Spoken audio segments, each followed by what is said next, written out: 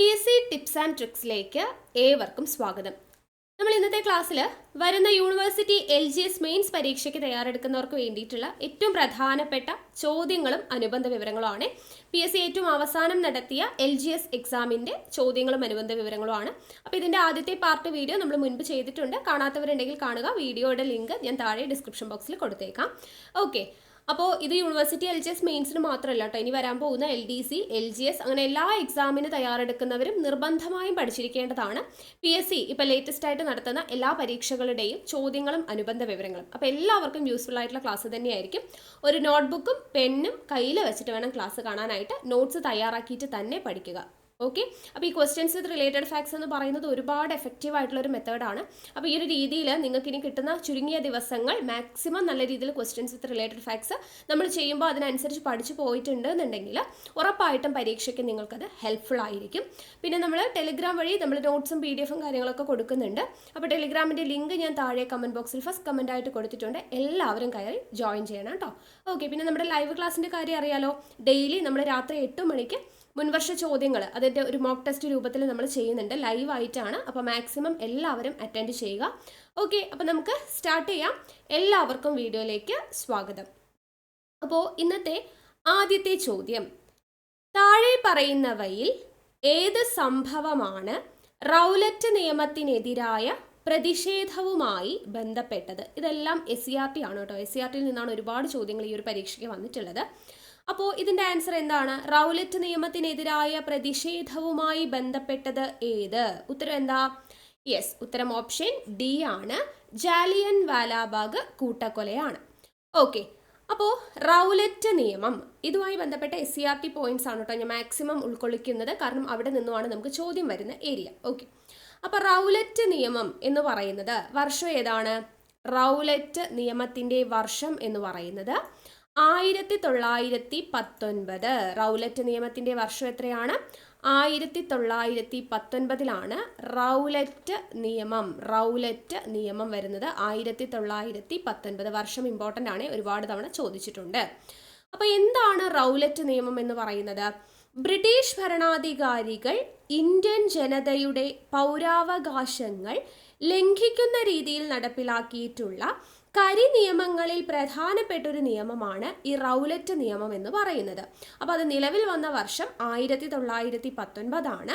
ഈ റൗലറ്റ് നിയമം ബ്രിട്ടീഷ് സർക്കാരിന് നൽകിയ ചില അധികാരങ്ങളുണ്ട്, അത് ചോദിക്കാറുണ്ട്. താഴെ തന്നിട്ടുള്ളവയിൽ റൗലറ്റ് നിയമം ബ്രിട്ടീഷ് സർക്കാരിന് നൽകിയ അധികാരങ്ങളിൽ ഉൾപ്പെടാത്തത് ഏത്? അങ്ങനെ ചോദ്യങ്ങൾ വന്നിട്ടുണ്ട് കേട്ടോ.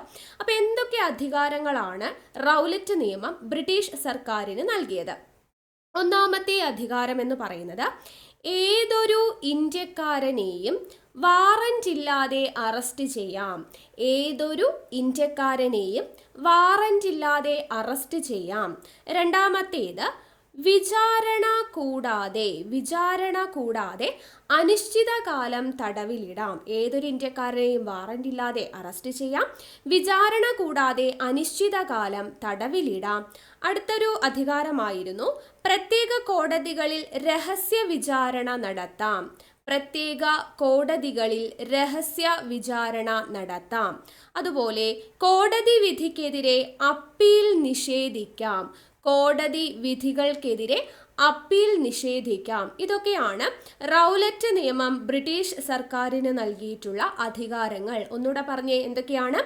ഏതൊരു ഇന്ത്യക്കാരനെയും വാറന്റ് ഇല്ലാതെ അറസ്റ്റ് ചെയ്യാം, വിചാരണ കൂടാതെ അനിശ്ചിതകാലം തടവിലിടാം, പ്രത്യേക കോടതികളിൽ രഹസ്യ വിചാരണ നടത്താം, കോടതി വിധിക്കെതിരെ അപ്പീൽ നിഷേധിക്കാം. ഓക്കെ അല്ലേ?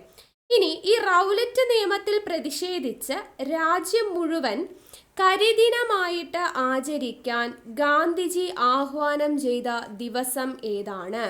റൗലറ്റ് നിയമത്തിൽ പ്രതിഷേധിച്ചുകൊണ്ട് രാജ്യം മുഴുവൻ കരിദിനം ആചരിക്കാനായിട്ട് ഗാന്ധിജി ആഹ്വാനം ചെയ്ത ദിവസമാണ് 1919 ഏപ്രിൽ 6. 1919 ഏപ്രിൽ 6 കരിദിനമായിട്ട് ഗാന്ധിജി ആഹ്വാനം ചെയ്യുന്നത്. ഇനി പഞ്ചാബിൽ റൗലറ്റ് ആക്ട് നിയമത്തിനെതിരെയുള്ള സമരത്തിന് നേതൃത്വം നൽകിയതിനെ തുടർന്ന് അറസ്റ്റിലായ ജേതാക്കൾ ആരൊക്കെ? സ്ഥിരം ചോദ്യമാണ്. ആരൊക്കെയാണ്? ഡോക്ടർ സത്യപാൽ, അതുപോലെ തന്നെ ഡോക്ടർ സെയ്ഫുദ്ദീൻ കിച്ലു, ഡോക്ടർ സെയ്ഫുദ്ദീൻ കിച്ലു എന്നിവരാണ് കേട്ടോ. സെയ്ഫുദ്ദീൻ കിച്ലു ഈ രണ്ടുപേരുടെ പേരും ഇമ്പോർട്ടൻ്റ് ആണ്. പഞ്ചാബിൽ ഈ റൗലറ്റ് ആക്ട് നിയമത്തിനെതിരെയുള്ള സമരത്തിന് നേതൃത്വം നൽകിയതിനെ തുടർന്ന് അറസ്റ്റിലായ നേതാക്കളാണ് ഡോക്ടർ സത്യപാലും ഡോക്ടർ സെയ്ഫുദ്ദീൻ കിച്ലുവും. അപ്പോൾ ഇത്രയും കാര്യങ്ങൾ റൗലറ്റ് നിയമവുമായി ബന്ധപ്പെട്ട് അറിഞ്ഞിരിക്കണം. ഇനി നെക്സ്റ്റ് ജാലിയൻ വാലാബാഗ് കൂട്ടക്കൊല അല്ലെ. ഇപ്പൊ റൗലറ്റ് നിയമത്തിനെതിരായ പ്രതിഷേധവുമായി ബന്ധപ്പെട്ടതാണ് ജാലിയൻ വാലാബാഗ് കൂട്ടക്കൊല എന്ന് നമ്മൾ പറഞ്ഞു. അപ്പൊ ജാലിയൻ വാലാബാഗ് കൂട്ടക്കൊല എന്ന് പറയുന്നത് റൗലറ്റ് നിയമവുമായി ബന്ധപ്പെട്ട് ഇന്ത്യയിൽ ഉണ്ടായിട്ടുള്ള ഒരു ദാരുണ സംഭവമാണ്. ഇത് നടന്ന സ്ഥലം എവിടെയാണ്? പഞ്ചാബിലെ അമൃത്സറിലാണ് കേട്ടോ. അമൃത്സർ എവിടെയാണ്? പഞ്ചാബിലാണ്. പഞ്ചാബിലെ അമൃത്സറിലാണ് ജാലിയൻ വാലാബാഗ് കൂട്ടക്കൊല നടക്കുന്നത്. അപ്പൊ ഇതെങ്ങനെയാണ് നടന്നത്? റൗലറ്റ് നിയമത്തിനെതിരായി പഞ്ചാബിൽ നടന്ന സമരത്തിന് നേതൃത്വം കൊടുത്തവരാണ് ആരൊക്കെയെന്ന് നമ്മൾ പറഞ്ഞു. ഡോക്ടർ സത്യപാലും ഡോക്ടർ സെയ്ഫുദ്ദീൻ കിച്ലുവും. അപ്പൊ അവരെ അറസ്റ്റ് ചെയ്തു എന്ന് പറഞ്ഞല്ലേ. അപ്പൊ ആ അറസ്റ്റ് ചെയ്തതിൽ പ്രതിഷേധിച്ചുകൊണ്ടാണ് പഞ്ചാബിൽ ജനങ്ങൾ എന്തു ചെയ്യുന്നത്? ഒത്തുകൂടുന്നത്. അങ്ങനെ ജനങ്ങൾ ഒത്തുകൂടിയ സ്ഥലത്തിന്റെ പേരാണ് ജാലിയൻ വാലാബാഗ് എന്ന് പറയുന്നത് കേട്ടോ. അപ്പൊ ഈ സ്ഥലത്ത് ജനങ്ങൾ ഒത്തുകൂടി 3 വശവും മതിലുകളാൽ ചുറ്റപ്പെട്ടതും ഒരു കവാടം മാത്രമുള്ളതുമായ വിശാലമായ മൈതാനമായിരുന്നു ഈ ജാലിയൻ വാലാബാഗ് എന്ന് പറയുന്നത്. അപ്പൊ നിരായുധരായിട്ടുള്ള ജനങ്ങൾക്കു നേരെ പട്ടാളം വെടിയുതിർക്കുകയും 1000-ൽ പരം ആളുകൾ വെടിയേറ്റു മരിക്കുകയും ചെയ്തു. പരിക്കേറ്റവരെ ശുശ്രൂഷിക്കാനോ അവർക്ക് ദാഹജലം നൽകാനോ പട്ടാളം അനുവദിച്ചില്ല. ഇങ്ങനെയുള്ള ഈ ഒരു ദാരുണ സംഭവത്തെയാണ് നമ്മൾ എന്തെന്ന് പറയുന്നത്? ജാലിയൻ വാലാബാഗ് കൂട്ടക്കൊല എന്ന് പറയുന്നത്. അപ്പോൾ ഈ ജാലിയൻ വാലാബാഗ് കൂട്ടക്കൊലയിൽ പ്രതിഷേധിച്ചുകൊണ്ട് ഗാന്ധിജി ബ്രിട്ടീഷ് ഗവൺമെന്റിന് മടക്കിക്കൊടുത്ത പദവി ഏത്? PSC ചോദിക്കുന്നതാണ്. ഏതാണ് പദവി? Kaiser A Hind. 2 രീതിയിലും ചോദിക്കാം. കൈസർ എ ഹിന്ദ് എന്ന് പറയുന്ന പദവി ഗാന്ധിജി ബ്രിട്ടീഷുകാർക്ക് തിരിച്ചു നൽകാനായിട്ട് കാരണമായ സംഭവം ഏത് എന്ന് ചോദിച്ചു കഴിഞ്ഞാൽ ജാലിയൻ വാലാബാഗ് കൂട്ടക്കൊല, അല്ലെങ്കിൽ തിരിച്ചും ചോദിക്കാം. ജാലിയൻ വാലാബാഗ് കൂട്ടക്കൊലയിൽ പ്രതിഷേധിച്ച് ഗാന്ധിജി ബ്രിട്ടീഷ് ഗവൺമെന്റിന് തിരികെ കൊടുത്ത പദവി ഏതാണ്? കൈസർ എ ഹിന്ദ് എന്ന് പറയുന്നത്. അതുപോലെ തന്നെ ഇത് ഗാന്ധിജി തിരിച്ചു നൽകിയ പദവിയാണ് കൈസർ എ ഹിന്ദ്. ഇനി ജാലിയൻ വാലാബാഗ് കൂട്ടക്കൊലയിൽ പ്രതിഷേധിച്ചുകൊണ്ട് സർ പദവി തിരികെ കൊടുത്തത് ആരാന്ന് ചോദിച്ചാൽ രവീന്ദ്രനാഥ ടാഗോർ ആണ്. രവീന്ദ്രനാഥ ടാഗോർ എന്ത് ചെയ്തു? സർ പദവി, ജാലിയൻ വാലാബാഗ് കൂട്ടക്കൊലയിൽ പ്രതിഷേധിച്ച് സർ പദവി തിരികെ നൽകുകയും ചെയ്തു. ഇനി ഈ ജാലിയൻ വാലാബാഗ് കൂട്ടക്കൊലയ്ക്ക് നേതൃത്വം നൽകിയ Michael O'Dwyer, Jallian Walabagh കൂട്ടക്കൊലയ്ക്ക് നേതൃത്വം നൽകിയത് ആരാണ്? മൈക്കിൾ ഒ ഡയർ ആണ് ജാലിയൻ വാലാബാഗ് കൂട്ടക്കൊലയ്ക്ക് നേതൃത്വം നൽകിയത്. ഈ മൈക്കിൾ ഒ ഡയറിനെ വധിച്ചത് ആരാണ് എന്ന് ചോദിച്ചാൽ അത് ഉദ്ധം സിംഗ് ആണ് കേട്ടോ. എല്ലാം ഇമ്പോർട്ടൻ്റ് ആണ്, SCRTയിലുള്ള പോയിന്റ്സ് ആണ്. ജാലിയൻ വാലാബാഗ് കൂട്ടക്കൊലയ്ക്ക് നേതൃത്വം നൽകിയത് മൈക്കിൾ ഒ ഡയർ ആണ്. ആ മൈക്കിൾ ഒ ഡയറിനെ വധിച്ചത് ആരാന്ന് ചോദിച്ചാൽ ആരാണ്? അത് ഉദ്ധം സിംഗ് ആണ് കേട്ടോ. ഈ ഉദ്ധം സിംഗിനെ പിന്നീട് വധശിക്ഷയ്ക്ക് വിധേയനാക്കിയിരുന്നു. അത് ഏത് വർഷമാണെന്ന് ചോദിച്ചാൽ 1940 ജൂലൈ 31-നാണ്. 1940 ജൂലൈ 31-ന് ഉദ്ധം സിംഗിനെ വധശിക്ഷയ്ക്ക് വിധിക്കുകയും ചെയ്തിരുന്നു. ഇനി ഈ ജാലിയൻ വാലാബാഗ് സംഭവത്തെ പറ്റി ഗാന്ധിജി പറഞ്ഞ ഒരു കോട്ടുണ്ട്, അത് ഇമ്പോർട്ടൻ്റ് ആണ്. അദ്ദേഹം പറഞ്ഞത് ഇങ്ങനെയാണ്: പ്ലാസി യുദ്ധം ബ്രിട്ടീഷ് ഭരണത്തിന് അടിത്തറയൊരുക്കിയിട്ടുണ്ടെങ്കിൽ ജാലിയൻ വാലാബാഗ് സംഭവം ബ്രിട്ടീഷ് ഭരണത്തിന്റെ അടിത്തറ ഇളക്കി എന്ന് പറഞ്ഞത് ആരാണ്? ഗാന്ധിജിയാണ് അങ്ങനെ പ്രസ്താവിച്ചത്. ഓക്കെ, അത്രയും കാര്യങ്ങൾ ഓർത്തിരിക്കാം. ഇനി നമുക്ക് തന്നിരിക്കുന്നതിൽ അടുത്തൊരു ഓപ്ഷൻ നോക്കിക്കേ. ചൗരി ചൗര ആക്രമം. ചൗരി ചൗര ആക്രമത്തെക്കുറിച്ച് നമുക്ക് എന്തൊക്കെ കാര്യങ്ങൾ പഠിക്കണം? ചൗരി ചൗര ആക്രമം നടന്ന വർഷം ആദ്യം തന്നെ പഠിച്ചു വെക്കണം. ചൗരി ചൗര ആക്രമം നടന്ന വർഷം 1922. ചൗരി ചൗര സംഭവം നടന്നത് എപ്പോഴാണ്? 1922-ലാണ്. എവിടെ വെച്ചിട്ടാണ് നടന്നേ? ഉത്തർപ്രദേശിൽ വെച്ചിട്ടാണ് നടന്നിട്ടുള്ളത്. അപ്പൊ നിസ്സഹകരണ സമരം പൂർണ്ണമായി നിർത്തിവെക്കാൻ തീരുമാനിച്ച സംഭവം. അപ്പൊ നിസ്സഹകരണ സമരം നിർത്തിവെക്കാൻ കാരണമായ സംഭവം എന്ത് എന്ന് ചോദിച്ചു കഴിഞ്ഞാൽ എന്താണ്? അത് ചൗരി ചൗര സംഭവമാണ്. PSCയുടെ സ്ഥിരം ചോദ്യമാണ്. SCRT ഫാക്ട്സ് ആണ് ഈ പറയുന്നതെല്ലാം. ഓക്കെ, ഇനി അതുപോലെ തന്നെ അടുത്ത നമ്മുടെ ഓപ്ഷൻ ദണ്ഡിയാണ് കേട്ടോ. ദണ്ഡി. അപ്പോൾ അത് കണ്ടില്ലേ, ഓപ്ഷൻ തന്നിട്ടുണ്ട് ദണ്ഡി മാർച്ച്, അതുപോലെ ബംഗാൾ വിഭജനം, അതുമായി ബന്ധപ്പെട്ട കാര്യങ്ങൾ നമുക്ക് നോക്കാം. അപ്പോൾ ദണ്ഡി മാർച്ചുമായി ബന്ധപ്പെട്ട് എന്തൊക്കെ കാര്യങ്ങൾ നമുക്ക് പഠിക്കണമെന്ന് നോക്കാം. ആദ്യം തന്നെ ഉപ്പ് സത്യാഗ്രഹം ആരംഭിച്ച വർഷം എത്രയാണ്? 1930 ഉപ്പ് സത്യാഗ്രഹം ആരംഭിക്കുന്നത്. അപ്പോൾ ഈ ഉപ്പ് എന്ന് പറയുന്നത് നിയമലംഘന സമരത്തിന്റെ പ്രതീകമായിട്ടാണ് കാണുന്നത്. നിയമലംഘന സമരത്തിന്റെ പ്രതീകം എന്ന പേരിൽ അറിയപ്പെടുന്നത് ഉപ്പാണെന്നുള്ളത് ഓർത്തിരിക്കുക. ഈ ദണ്ഡി യാത്രയോടനുബന്ധിച്ച് സമരപ്രഖ്യാപനത്തിൽ ഗാന്ധിജി പറഞ്ഞ ഒരു കോട്ടുണ്ട്. അദ്ദേഹം പറഞ്ഞ വാക്കുകൾ ഇങ്ങനെയാണ്, അത് ഇമ്പോർട്ടൻ്റ് ആണ്. എന്താണ് പറഞ്ഞത്? ഒന്നുകിൽ ലക്ഷ്യം നേടി ഞാൻ തിരിച്ചു വരും, പരാജയപ്പെട്ടാൽ ഞാൻ എൻ്റെ ജഡം സമുദ്രത്തിന് സംഭാവന നൽകും. അപ്പൊ ദണ്ഡി യാത്രയോടനുബന്ധിച്ച് ഇങ്ങനെ പറഞ്ഞത് ആരാണ്? ഗാന്ധിജിയാണ് ഇങ്ങനെ പറഞ്ഞത്. ഗാന്ധിജി എന്താ പറഞ്ഞേ? ഒന്നുകിൽ ലക്ഷ്യം നേടി ഞാൻ തിരിച്ചു വരും, പരാജയപ്പെട്ടാൽ ഞാൻ എൻ്റെ ജഡം സമുദ്രത്തിന് സംഭാവന നൽകും എന്ന് പറഞ്ഞത് ഗാന്ധിജിയാണ്. ഈ ഉപ്പ് സത്യാഗ്രഹ യാത്രയിൽ ഗാന്ധിജിയെ അനുഗമിച്ചവരുടെ എണ്ണം എത്രയാണെന്ന് ചോദിച്ചാൽ 78 പേരാണ് ഗാന്ധിജിയെ അനുഗമിച്ചിട്ടുണ്ടായിരുന്നത്. ഇനി നിയമലംഘന പ്രക്ഷോഭത്തിന് തുടക്കം കുറിച്ചത് എന്നാന്ന് ചോദിച്ചാൽ വിത്ത് ഡേറ്റ് തന്നെ പഠിക്കുക. 1930 ഏപ്രിൽ 6-നാണ്. 1930 ഏപ്രിൽ 6-നാണ് നിയമലംഘന പ്രക്ഷോഭത്തിന് തുടക്കം കുറിക്കുന്നത്. ഇനി ദണ്ഡി യാത്രയുമായി ബന്ധപ്പെട്ട് PSC സ്ഥിരം ചോദിക്കുന്ന ചോദ്യമാണ്, ദണ്ഡി യാത്രയിലെ മലയാളികൾ ആരൊക്കെയാണ് എന്നുള്ളത്. താഴെ തന്നിരിക്കുന്നവയിൽ ദണ്ഡി യാത്രയിൽ പങ്കെടുത്ത മലയാളികളിൽ ഉൾപ്പെടാത്തതാര് എന്ന് ചോദിക്കാം. അപ്പൊ ആരൊക്കെയാണ് പങ്കെടുത്ത മലയാളികൾ? ഒന്ന്, സി കൃഷ്ണൻ നായർ പങ്കെടുത്തിട്ടുണ്ട്. 2, ടൈറ്റസ്. 3, ശങ്കരൻ എഴുത്തച്ഛൻ പങ്കെടുത്തിട്ടുണ്ട്. 4-മതായിട്ട് രാഘവ പൊതുവാൾ. ആരാണ്? രാഘവ പൊതുവാൾ. അപ്പോൾ ഇവർ 4 പേരുമാണ് ദണ്ഡി യാത്രയിൽ പങ്കെടുത്ത മലയാളികൾ. ആരൊക്കെയാ? സി കൃഷ്ണൻ നായർ, ടൈറ്റസ്, ശങ്കരൻ എഴുത്തച്ഛൻ, രാഘവ പൊതുവാൾ എന്നിവരാണ് പങ്കെടുത്തിട്ടുള്ളത്. ഇനി ഉപ്പ് സത്യാഗ്രഹത്തെ തുടർന്ന് ബ്രിട്ടീഷ് ഗവൺമെന്റ് അറസ്റ്റ് ചെയ്തിട്ടുള്ള പ്രമുഖ നേതാക്കൾ ആരൊക്കെയാണ് എന്ന് ചോദിച്ചാൽ 1 നമ്മുടെ ഗാന്ധിജിയാണ്, 2 ജവഹർലാൽ നെഹ്റു, 3 സുഭാഷ് ചന്ദ്രബോസ്. ഓക്കെ, ഗാന്ധിജി, ജവഹർലാൽ നെഹ്റു, സുഭാഷ് ചന്ദ്രബോസ് എന്നിവരെയാണ് ഉപ്പ് സത്യാഗ്രഹത്തെ തുടർന്ന് ബ്രിട്ടീഷ് ഗവൺമെന്റ് അറസ്റ്റ് ചെയ്തത് എന്നതുകൂടെ ഓർത്തിരിക്കുക. ഓക്കെ അല്ലേ? അപ്പൊ ഇത്രയും കാര്യങ്ങൾ അറിഞ്ഞിരിക്കണേ. എല്ലാം SCERT ഫാക്ട്സ് ആണ് പറഞ്ഞിട്ടുള്ളത്. അടുത്തത് എന്തായിരുന്നു നമ്മുടെ ഓപ്ഷൻ? ബംഗാൾ വിഭജനമായിരുന്നു അല്ലേ? അപ്പൊ ബംഗാൾ വിഭജനവുമായി ബന്ധപ്പെടുത്തി നമുക്ക് SCERTയിൽ കൊടുത്തിട്ടുള്ള കാര്യങ്ങൾ എന്തൊക്കെയാണെന്ന് നോക്കാം. ബംഗാളിനെ 2ആയിട്ട് വിഭജിച്ച വർഷം എപ്പോഴാണ് ബംഗാൾ വിഭജനം നടന്നത്? 1905-ലാണ്. 1905-ലാണ് ബംഗാളിനെ 2ആയി വിഭജിക്കുന്നത്. ഇങ്ങനെ ബംഗാൾ വിഭജനത്തിന് നേതൃത്വം നൽകിയ വൈസ്രോയിയാണ് ആര്? കഴ്സൺ പ്രഭു. ഓക്കെ, അപ്പൊ 1905-ലെ ബംഗാൾ വിഭജനം നേതൃത്വം നൽകിയ വൈസ്രോയി ആരാണ്? കഴ്സൺ പ്രഭു ആണ്. ഈ ബംഗാൾ വിഭജനത്തിനെതിരെ നടന്ന പ്രതിഷേധങ്ങൾ എന്തൊക്കെയാണ് എന്നത് ഇമ്പോർട്ടൻ്റ് ആണ്, SCERTയിൽ കൊടുത്തിട്ടുണ്ട്. എന്തൊക്കെ പ്രതിഷേധങ്ങളാണ് നടന്നത്? 1-മതായിട്ട് പ്രതിഷേധ യോഗങ്ങൾ സംഘടിപ്പിച്ചു.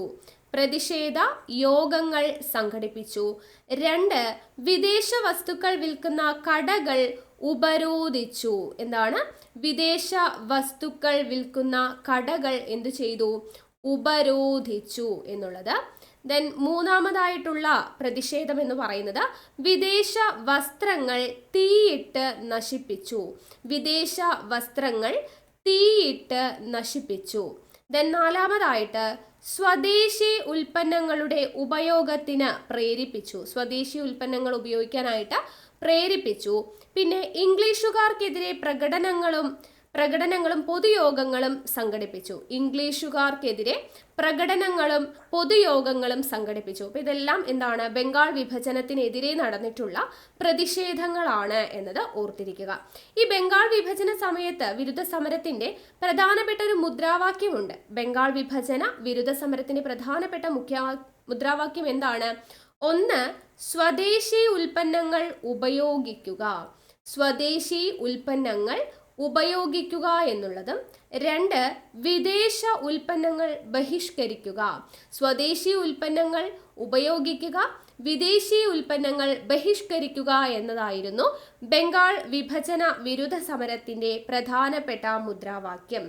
അതുപോലെ ഈ SCRT കൊടുത്തിട്ടുള്ള ഒരു പോയിന്റ് ആണ്, വിദേശ നിർമ്മിത പഞ്ചസാരയ്ക്ക് പകരം ദേശീയവാദികൾ പ്രോത്സാഹിപ്പിച്ചിരുന്നത് എന്താണ്? പഞ്ചസാരയ്ക്ക് പകരം ശർക്കരയാണ് അവര് പ്രോത്സാഹിപ്പിച്ചിരുന്നത് എന്നുള്ളതും കൂടെ ഓർത്തിരിക്കുക. ഓക്കെ, അപ്പൊ ഇത്രയും കാര്യങ്ങൾ നമുക്ക് ഈ ഒരു ചോദ്യവുമായിട്ട് റിലേറ്റ് ചെയ്തിട്ട് പഠിക്കണം.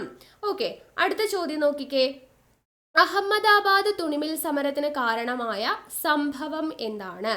അഹമ്മദാബാദ് തുണിമിൽ സമരത്തിന് കാരണമായ സംഭവം ഏതാണ്? സംഭവം യെസ്, ഉത്തരം ഓപ്ഷൻ ബി ആണ്. പ്ലേഗ് ബോണസ് ആണ് കേട്ടോ, പ്ലേഗ് ബോണസ്. അപ്പോൾ അഹമ്മദാബാദ് തുണിമിൽ സമരം PSC സ്ഥിരമായിട്ട് ചോദിക്കുന്ന ഒരു ചോദ്യമാണ്. SCRTയിൽ വളരെ വ്യക്തമായിട്ട് കൊടുത്തിട്ടുണ്ട്. ഗാന്ധിജിയുടെ ഇന്ത്യയിലെ ആദ്യകാല സമരങ്ങൾ ഏതൊക്കെയാണ്? ഗാന്ധിജിയുടെ ഇന്ത്യയിലെ ആദ്യകാല സമരങ്ങൾ ഏതൊക്കെയാ? 1 ചമ്പാരൻ സത്യാഗ്രഹം, 2 അഹമ്മദാബാദ് തുണിമിൽ സമരം, അഹമ്മദാബാദ് തുണിമിൽ സമരം, 3 ഖേഡ സമരം. ഇത് 3ഉമാണ് ഗാന്ധിജിയുടെ ഇന്ത്യയിലെ ആദ്യകാല സമരങ്ങൾ എന്ന് പറയുന്നത്. അപ്പൊ അതില് ചമ്പാരൻ സത്യാഗ്രഹവുമായി ബന്ധപ്പെടുത്തി എന്തൊക്കെ കാര്യങ്ങൾ പഠിക്കണം എന്ന് ചോദിച്ചാൽ, ചമ്പാരൻ സത്യാഗ്രഹത്തിന്റെ വർഷം എത്രയാ? 1917. ചമ്പാരൻ സത്യാഗ്രഹം നടന്ന വർഷം 1917. എവിടെയാണ്? ബീഹാറിലാണ് ചമ്പാരൻ. ഇനി ഗാന്ധിജി ഇന്ത്യയിൽ നേതൃത്വം നൽകിയ ആദ്യത്തെ സമരമാണ്. ഗാന്ധിജി ഇന്ത്യയിൽ നേതൃത്വം നൽകിയ ആദ്യത്തെ സമരം എന്ന് പറയുന്നത് ചമ്പാരൻ സത്യാഗ്രഹമാണ്. ബീഹാറിലെ ചമ്പാരനിൽ നീലം കർഷകരെ തോട്ടമുടമകളായ വെള്ളക്കാർ ചൂഷണം ചെയ്തതിനെതിരെ നടന്നിട്ടുള്ള സത്യാഗ്രഹമാണ് ഏത്? ചമ്പാരൻ സത്യാഗ്രഹം. അതുപോലെ തന്നെ ഗാന്ധിജി ഇന്ത്യയിൽ തന്റെ പൊതുപ്രവർത്തനം ആരംഭിക്കുന്നതിന് ഇടയാക്കിയ സംഭവം ചോദിച്ചാലും ചമ്പാരൻ തന്നെയാണ് കേട്ടോ. ഗാന്ധിജി ഇന്ത്യയിൽ അദ്ദേഹത്തിന്റെ പൊതുപ്രവർത്തനം ആരംഭിക്കാൻ ഇടയായ സംഭവം ഏത് എന്ന് ചോദിച്ചു കഴിഞ്ഞാൽ ഏതാണ്? അത് ചമ്പാരൻ സത്യാഗ്രഹമാണ്. ഇനി നെക്സ്റ്റ് ആണ് നമ്മളിപ്പോൾ പറഞ്ഞ അഹമ്മദാബാദ് തുണിമിൽ സമരം. അഹമ്മദാബാദ് തുണിമിൽ സമരം വർഷം എത്രയാ? 1918 അഹമ്മദാബാദ് തുണിമിൽ സമരത്തിന്റെ വർഷം. എവിടെയാണ്? ഗുജറാത്ത് അല്ലേ? ഗുജറാത്തിലാണ് സ്ഥലം, ഗുജറാത്ത് ആണ് പറയുന്നത്. ഇനി അഹമ്മദാബാദിലെ തുണിമിൽ തൊഴിലാളികളുടെ വേതന വർധനവിന് വേണ്ടി കേട്ടോ, അഹമ്മദാബാദിലെ തുണിമിൽ തൊഴിലാളികളുടെ വേതന വർധനവിനു വേണ്ടി ഗാന്ധിജി നയിച്ച സമരമാണ് അഹമ്മദാബാദ് തുണിമിൽ സമരം. ഗാന്ധിജി ഇന്ത്യയിൽ നടത്തിയിട്ടുള്ള ആദ്യത്തെ നിരാഹാര സമരം ഏത് എന്ന് ചോദിച്ചു കഴിഞ്ഞാൽ അത് അഹമ്മദാബാദ് തുണിമിൽ സമരമാണ്. ഗാന്ധിജിയുടെ ഇന്ത്യയിലെ ആദ്യത്തെ സമരം ചോദിച്ചാൽ ചമ്പാരനാണ്. ആദ്യത്തെ നിരാഹാര സമരം ചോദിച്ചു കഴിഞ്ഞാൽ അത് അഹമ്മദാബാദ് തുണിമിൽ സമരമാണ്. ഈ സമരത്തിന് കാരണമാണ് എന്ത്? നമ്മൾ നേരത്തെ പറഞ്ഞ പ്ലേഗ് ബോണസ് എന്ന് പറയുന്നത്. അപ്പൊ എന്താണ് ഈ പ്ലേഗ് ബോണസ് എന്നുള്ളത് അറിയണ്ടേ? പ്ലേഗ് ബോണസ് എന്ന് വെച്ചാൽ 1917 അഹമ്മദാബാദിൽ പൊട്ടിപ്പുറപ്പെട്ട പ്ലേഗ് എന്ന് പറയുന്ന രോഗം അവിടുത്തെ ജനസംഖ്യയുടെ ഏതാണ്ട് 10% പേരെ കൊന്നൊടുക്കി. പ്ലേഗ് രോഗം വന്നിട്ട് 10% ആളുകൾ മരിച്ചുപോയി. അപ്പൊ രോഗഭീതി മൂലം തൊഴിലാളികൾ എന്ത് ചെയ്തു? തൊഴിൽ ഉപേക്ഷിച്ച് പോകാതിരിക്കാൻ വേണ്ടിയിട്ട് ഈ കാലയളവിൽ അവരുടെ ശമ്പളം, അതായത് ഇങ്ങനെ ഒരു രോഗം വരും എന്ന ഭീതിയിൽ അവർ തൊഴിലെങ്ങാനും ഉപേക്ഷിച്ച് പോയാലോ, അപ്പം അങ്ങനെ ഉപേക്ഷിച്ച് പോവാതിരിക്കാൻ വേണ്ടി അവരുടെ ശമ്പളത്തിൽ 80%, ശമ്പളത്തെ കൂടാതെ 80% ബോണസ് ആയിട്ട് നൽകിയിരുന്നു. അപ്പോൾ അങ്ങനെ നൽകിക്കൊണ്ടിരുന്നൊരു സംഭവം പെട്ടെന്ന് രോഗഭീതിയൊക്കെ ഒഴിഞ്ഞു. അങ്ങനെ എന്ത് ചെയ്തു? പെട്ടെന്ന് ഈ ഒരു ആനുകൂല്യം നിർത്തലാക്കി. അപ്പം അങ്ങനെ നിർത്തലാക്കിയപ്പോൾ പെട്ടെന്ന് ഈ ബോണസ് ഇല്ലാതായപ്പോൾ തൊഴിലാളികൾ എന്താ ചെയ്തു? അതിനുവേണ്ടി സമരം ചെയ്തു. ഓക്കെ, അതാണ് അഹമ്മദാബാദ് തുണിമിൽ സമരം. അപ്പൊ ഈ പ്ലേഗ് വന്ന സമയത്ത് ബോണസ് ആയിട്ട് കാശ് കൊടുത്തതാണ് ഈ തുണിമിൽ സമരം തുടങ്ങാനായിട്ടുള്ള കാരണം എന്ന് പറയുന്നത്. ഓക്കെ, അപ്പൊ പ്ലേഗ് ബോണസ് എന്താന്ന് പറഞ്ഞു. ഇനി അടുത്തത് എന്താണ്? ചമ്പാരനും അഹമ്മദാബാദും കഴിഞ്ഞാൽ നെക്സ്റ്റ് ഖേഡ സമരം അല്ലെ? ഖേഡ സത്യാഗ്രഹം. എന്താന്ന് ചോദിച്ചാൽ ഖേഡ നികുതി നിഷേധ സമരത്തിന് ഗാന്ധിജി നേതൃത്വം നൽകിയത് 1918 ഇതും എവിടെ തന്നെയാണ്? ഗുജറാത്തിൽ തന്നെയാണ് ഖേഡ സമരം. അപ്പൊ ഗുജറാത്തിലെ ഖേഡയിലുണ്ടായ പ്രകൃതിക്ഷോഭത്തിൽ കാർഷിക വിളകൾ വ്യാപകമായി നശിച്ചതിനെ തുടർന്ന് എന്ത് ചെയ്യുന്നു? നികുതി ഇളവ് നൽകണമെന്ന കർഷകരുടെ ആവശ്യം ബ്രിട്ടീഷുകാർ നിരസിച്ചതിനെ തുടർന്നാണ് ഗാന്ധിജിയുടെ നേതൃത്വത്തിൽ എന്ത് ആരംഭിക്കുന്നത്? ഖേഡ സമരം ആരംഭിക്കുന്നത്. ഓക്കെ, അപ്പൊ ഇത്രയും കാര്യങ്ങൾ ഇവിടെ അറിഞ്ഞിരിക്കുക കേട്ടോ, ഗാന്ധിജിയുടെ ആദ്യകാല സമരങ്ങളുമായി ബന്ധപ്പെടുത്തി.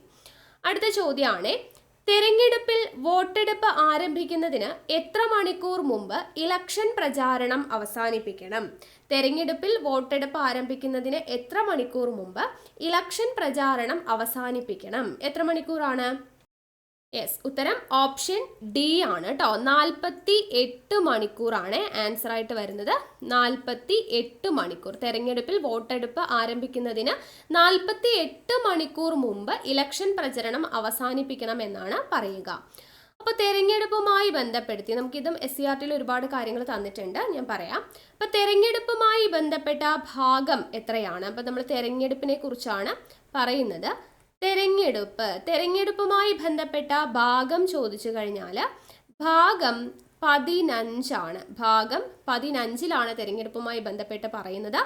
ആർട്ടിക്കിൾ ചോദിച്ചാൽ ആർട്ടിക്കിൾ 324 മുതൽ 329 വരെ, ആർട്ടിക്കിൾ 324 മുതൽ 329 വരെയുള്ള ആർട്ടിക്കിളിലാണ് തെരഞ്ഞെടുപ്പിനെ കുറിച്ച് പ്രതിപാദിക്കുന്നത്. ഇനി സ്വതന്ത്ര ഇന്ത്യയിലെ ആദ്യത്തെ വോട്ടർ ആരാണ്? PSCയുടെ സ്ഥിരം ചോദ്യമാണ്. സ്വതന്ത്ര ഇന്ത്യയിലെ ആദ്യത്തെ വോട്ടർ ആരാ? ശ്യാം സരൺ നേഗിയാണ് കേട്ടോ. ശ്യാം സരൺ നേഗിയാണ് സ്വതന്ത്ര ഇന്ത്യയിലെ ആദ്യത്തെ വോട്ടർ എന്ന് പറയുന്നത്. അപ്പം നേഗി ആദ്യത്തെ വോട്ട് രേഖപ്പെടുത്തിയ വർഷം ചോദിച്ചാൽ 1951 ഒക്ടോബർ 25 1951 ഒക്ടോബർ 25 ശ്യാം സരൺ നേഗി ആദ്യത്തെ വോട്ട് രേഖപ്പെടുത്തുന്നത്. ഇന്ത്യയിൽ ആദ്യത്തെ തെരഞ്ഞെടുപ്പ് നടന്ന വർഷം ചോദിച്ചു കഴിഞ്ഞാൽ എപ്പോഴാണ്? 1952 ആദ്യത്തെ തെരഞ്ഞെടുപ്പ് നടക്കുന്നത്. ഇനി സാർവത്രിക പ്രായപൂർത്തി വോട്ടവകാശത്തെ കുറിച്ച് പ്രതിപാദിക്കുന്നത് ഏത് ആർട്ടിക്കിളിലാണ്? സാർവത്രിക പ്രായപൂർത്തി വോട്ടവകാശത്തെ കുറിച്ച് പ്രതിപാദിക്കുന്ന ആർട്ടിക്കിൾ ഏത് എന്ന് ചോദിച്ചു കഴിഞ്ഞാൽ ഏതാണ്? ആർട്ടിക്കിൾ 326 ആർട്ടിക്കിൾ 326 സാർവത്രിക പ്രായപൂർത്തി വോട്ടവകാശത്തെ കുറിച്ച് പ്രതിപാദിക്കുന്നത്. ഇനി നമ്മുടെ വോട്ട് ചെയ്യുന്നതിനുള്ള പ്രായം 21 വയസ്സിൽ നിന്നും 18 കുറച്ച ഭരണഘടനാ ഭേദഗതി ചോദിച്ചു കഴിഞ്ഞാൽ ഏതാണ്? അത് 61 ഭരണഘടനാ ഭേദഗതിയാണ്. വർഷം 1989. 1989 61 ഭേദഗതി പ്രകാരമാണ് വോട്ടിംഗ് പ്രായം 21 വയസ്സിൽ നിന്നും 18 വയസ്സാക്കി കുറച്ചത് എന്നത് ഓർത്തിരിക്കുക. ഇനി സ്വതന്ത്ര ഇന്ത്യയിലെ ആദ്യത്തെ മുഖ്യ തെരഞ്ഞെടുപ്പ് കമ്മീഷണർ ആരാണ്? PSC സ്ഥിരം ചോദ്യമാണ്. ആരാ? സുകുമാർ സെൻ ആണ് കേട്ടോ. സുകുമാർ സെൻ ആണ് സ്വതന്ത്ര ഇന്ത്യയിലെ ആദ്യത്തെ മുഖ്യ തെരഞ്ഞെടുപ്പ് കമ്മീഷണർ. ഇന്ത്യയിലെ ആദ്യത്തെ മുഖ്യ തെരഞ്ഞെടുപ്പ് കമ്മീഷണർ ആര് എന്ന് ചോദിച്ചു കഴിഞ്ഞാൽ ആരാണ്? സുകുമാർ സെൻ ആണ് എന്നുള്ളത് ഓർത്തിരിക്കുക. ഇനി തെരഞ്ഞെടുപ്പ് കമ്മീഷന് കുറച്ച് ചുമതലകളൊക്കെ ഉണ്ട്. എന്താണ് തെരഞ്ഞെടുപ്പ് കമ്മീഷന്റെ ചുമതലകൾ? തെരഞ്ഞെടുപ്പ് കമ്മീഷന്റെ ചുമതലകൾ എന്തൊക്കെയാണ് എന്ന് ചോദിച്ചു കഴിഞ്ഞാൽ തെരഞ്ഞെടുപ്പിന് മേൽനോട്ടം വഹിക്കുക. തെരഞ്ഞെടുപ്പിന് മേൽനോട്ടം വഹിക്കുന്നത് തെരഞ്ഞെടുപ്പ് കമ്മീഷനാണ്. അതുപോലെ വോട്ടർ പട്ടിക തയ്യാറാക്കുക. തെരഞ്ഞെടുപ്പ് പ്രക്രിയയുടെ വിവിധ ഘട്ടങ്ങളിലൂടെയുള്ള തീയതി പ്രഖ്യാപിക്കുക. തെരഞ്ഞെടുപ്പ് പ്രക്രിയയുടെ വിവിധ ഘട്ടങ്ങളുടെ തീയതി പ്രഖ്യാപിക്കുക. തെരഞ്ഞെടുപ്പ് ചിഹ്നങ്ങൾ അനുവദിക്കുക. പെരുമാറ്റച്ചട്ടം രൂപീകരിക്കുക. തെരഞ്ഞെടുപ്പ് ഉദ്യോഗസ്ഥരുടെ നിയമനവും പരിശീലനവും ചെയ്യുക. വോട്ടെണ്ണൽ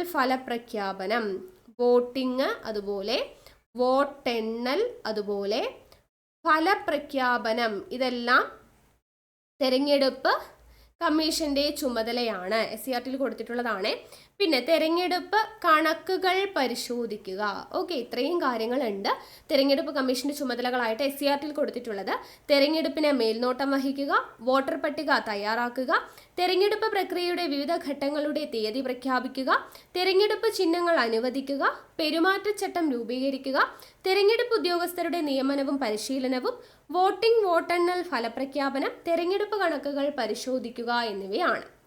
ഇനി കേന്ദ്ര തെരഞ്ഞെടുപ്പ് കമ്മീഷൻ നിലവിൽ വന്നത് എന്നാണ്? കേന്ദ്ര തെരഞ്ഞെടുപ്പ് കമ്മീഷൻ നിലവിൽ വന്നത് 1950 ജനുവരി 25 1950 ജനുവരി 25 കേന്ദ്ര തെരഞ്ഞെടുപ്പ് കമ്മീഷൻ നിലവിൽ വരുന്നത്. ദെൻ ദേശീയ സമ്മതിദായക ദിനം, നാഷണൽ വോട്ടേഴ്സ് ഡേ, ദേശീയ സമ്മതിദായക ദിനം എന്ന് ചോദിച്ചു കഴിഞ്ഞാൽ ജനുവരി 25 കേട്ടോ. ജനുവരി 25 ദേശീയ സമ്മതിദായക ദിനം. ഇനി നമ്മൾ പറഞ്ഞു പോളിംഗ് അല്ലേ. പോളിംഗ് എന്ന് പറയുമ്പോൾ വോട്ടിങ്ങുമായി ബന്ധപ്പെട്ട് തെരഞ്ഞെടുപ്പുമായി ബന്ധപ്പെട്ട് പോളിംഗ് ആരംഭിക്കുന്ന സമയം ചോദിച്ചു കഴിഞ്ഞാൽ കാലത്ത് 7 മണിയാണ് കേട്ടോ. 7 AM കാലത്ത് 7 മണിയാണ് പോളിംഗ് ആരംഭിക്കുന്ന സമയം. ഈ പോളിംഗ് അവസാനിക്കുന്നതിന് എത്ര മണിക്കൂർ മുമ്പ് പ്രചാരണം അവസാനിപ്പിക്കണം? നമ്മൾ പറഞ്ഞു 48 മണിക്കൂർ മുമ്പ് പ്രചാരണം അവസാനിപ്പിക്കണം എന്നുള്ളത്.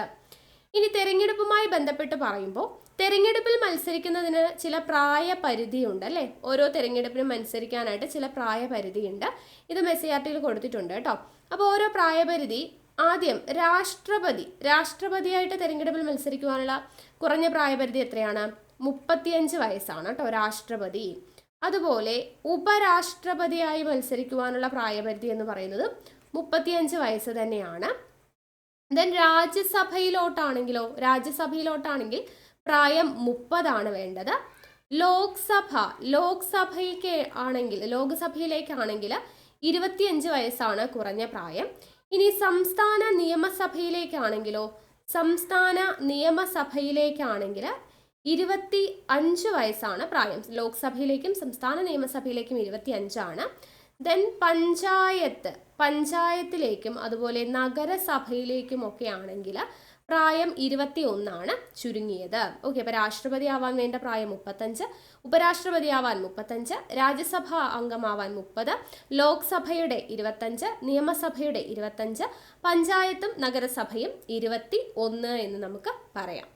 ഇനി ഈ തിരഞ്ഞെടുപ്പുമായി ബന്ധപ്പെട്ട ഇമ്പോർട്ടൻ്റ് ആയിട്ടുള്ള ഒരു ടേമാണ് നോട്ട എന്ന് പറയുന്നത്. എന്താണ് നോട്ട? നോട്ട എന്ന് പറയുന്നതിൻ്റെ പൂർണ്ണ രൂപം എന്താ? നൺ ഓഫ് ദി എബവ് എന്നതാണ് കേട്ടോ. നൺ ഓഫ് ദി എബവ് എന്ന് പറയുന്നതാണ് NOTA. NOTA NOTA, none of the above. എന്താണത്? തെരഞ്ഞെടുപ്പിൽ നാമനിർദ്ദേശം ചെയ്യപ്പെട്ട സ്ഥാനാർത്ഥികളിൽ ആരോടും താല്പര്യമില്ലാത്ത വോട്ടർമാർക്ക് എന്ത് ചെയ്യാം? അവരുടെ വിയോജിപ്പ് പ്രകടിപ്പിക്കാനായിട്ട് പറ്റും. അതിനു വേണ്ടിയിട്ട് വോട്ടിംഗ് യന്ത്രത്തിലുള്ളൊരു സംവിധാനമാണ് ഈ നോട്ട എന്ന് പറയുന്നത്. നോട്ട ആദ്യമായിട്ട് നടപ്പിലാക്കിയ രാജ്യം ചോദിച്ചു കഴിഞ്ഞാൽ അത് ഫ്രാൻസ് ആണ്. നോട്ട ആദ്യമായിട്ട് നടപ്പിലാക്കിയ രാജ്യം ഫ്രാൻസ് ആണ്. ഇനി ആദ്യമായിട്ട് നടപ്പിലാക്കിയ ഏഷ്യൻ രാജ്യം ചോദിച്ചു കഴിഞ്ഞാൽ അത് ബംഗ്ലാദേശ് ആണ്. ആദ്യമായിട്ട് നടപ്പിലാക്കിയ രാജ്യം ഫ്രാൻസ്, ആദ്യമായി നടപ്പിലാക്കിയ ഏഷ്യൻ രാജ്യം ബംഗ്ലാദേശ്. ഇനി ഈ പറയുന്ന നോട്ട നടപ്പിലാക്കിയ 14ാമത്തെ രാജ്യം ഏത് എന്ന് ചോദിച്ചു കഴിഞ്ഞാൽ അത് നമ്മുടെ ഇന്ത്യയാണ്. ഇന്ത്യ നോട്ട നടപ്പിലാക്കിയിട്ടുള്ള 14ാമത്തെ രാജ്യമാണ്. ഈ നോട്ട എന്ന് പറയുന്ന സംവിധാനം ഉണ്ടാവാനായിട്ട് കാരണമായ ഒരു സംഘടനയുണ്ട്.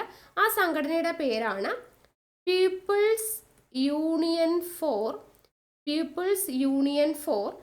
സിവിൽ ലിബർട്ടീസ് കേട്ടോ. People's Union for Civil Liberties എന്ന് പറയുന്ന സംഘടനയാണ് ഈ നോട്ട ഉണ്ടാവാനായിട്ട് കാരണം. ഈ സംഘടനയുടെ സ്ഥാപകൻ ആരാണ്?